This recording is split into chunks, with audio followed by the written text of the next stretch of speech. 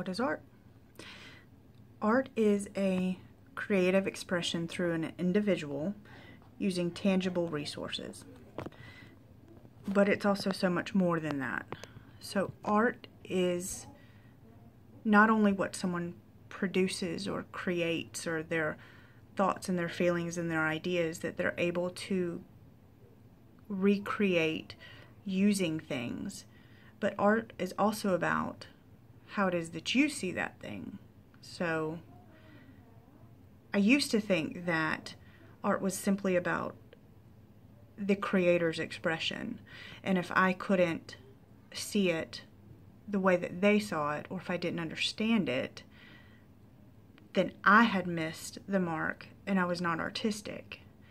And if I saw a piece and I just really liked it, but I didn't understand it, that the artist had missed the mark.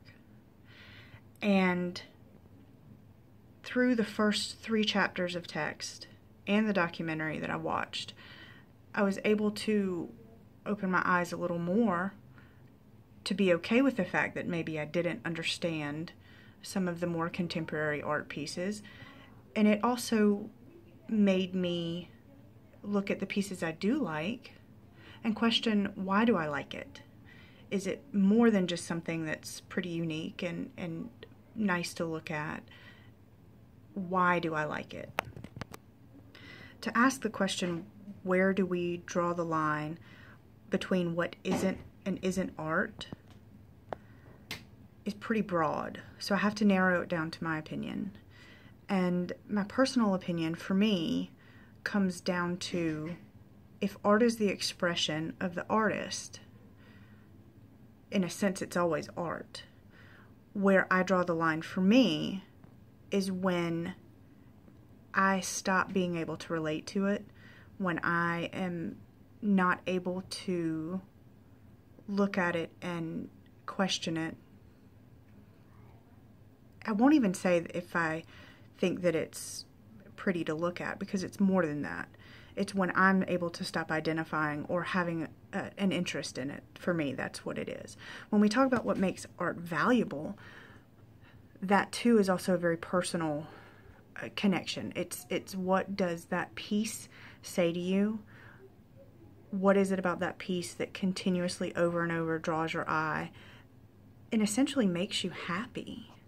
You know, a preschool or a small child's artwork can be just as priceless to you as some of the paintings that we saw in the documentary. It's about the connection that you have and the sentimentality, and really deep down the psychological, for me, is how do you sympathize or empathize with the piece or what's going on with it. Art can be used for so many different things. The aesthetic, simply, does it make your home look good? Does it make your office stand out? Does it, you know, when we talk about architecturally, does it make your building stand out? Does it provide a sense of home? When we talk about murals in a cityscape, is it about beautifying the concrete jungle? Is it about bringing a little bit of color to an area that, for the most part, doesn't really have a whole lot of growth? Can it be a vehicle for peace? Can it be a way to express yourself when words aren't going to be enough? Absolutely.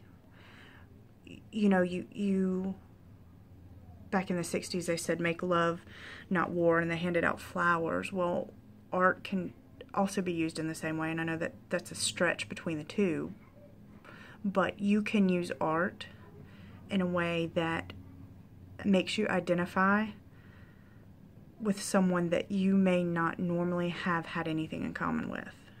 It can be the thing that starts to build a relationship, or at least, at the very least, understanding. For the most part, people get siloed and they don't think that they have anything in common with anybody who may speak differently or look differently or live a different lifestyle than we do, and art has the capability to bridge that gap more so than many other things, more so than music, because we get so consumed with the kind of music that we like and we choose not to branch out. And art, you don't think about it. When you see art, you immediately identify with something that has to do with art. You don't have the option to say, I'm not going to look at that, and I'm not going to think about it, and I'm not going to make the snap judgment to have an opinion about it. It just happens. I love the documentary. I took away a lot from being able to see kind of the 10 pieces, and there were some pieces I didn't care for at all, like the horse. Not for me. I understood what it was trying to say, but that wasn't for me. What I am starting to learn continuously as I'm doing the reading, and I'm trying to open my mind a little bit, is that whether I understand the mechanisms behind the creation